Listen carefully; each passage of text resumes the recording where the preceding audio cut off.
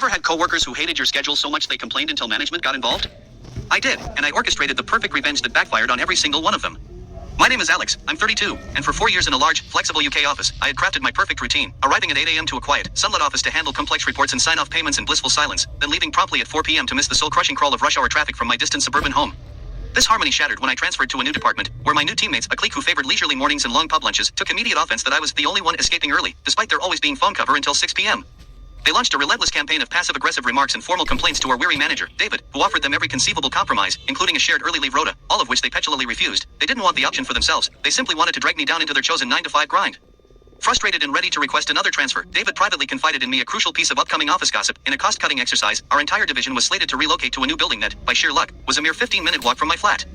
With that secret knowledge warming me, I asked David to hold them off for 2 more weeks while I formulated my plan. During the inevitable working hours intervention meeting, I sat quietly, sipping my tea as they recited their rehearsed grievances about team unity and unfairness, and I even stoked the flames with a few well-placed sighs about how hard it is being the outlier. When their indignation peaked, I performed my masterpiece of false surrender. I let my shoulders slump, offered a resigned smile, and asked if the true solution was for me to simply conform and work the standard 9-to-5. Their triumphant, unanimous yes was immediate.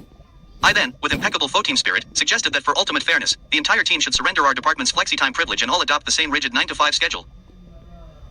Blinded by their victory over me, they agreed with enthusiastic nods, and manager David, his eyes glinting with suppressed amusement, made it official on the spot.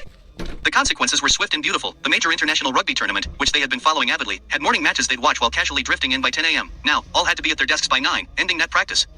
I then sweetly announced that since I could no longer leave at 4, I would no longer be skipping my legally entitled 1-hour lunch break to cover the phones, a personal favor I'd done so they could watch the afternoon games on the big conference room screen. Their coveted 2-hour viewing parties were now brutally halved. I also forgot to remind them that the sensitive payment approvals I quietly processed between 8 and 9 a.m. would now pile up for the whole team to address during the hectic morning rush.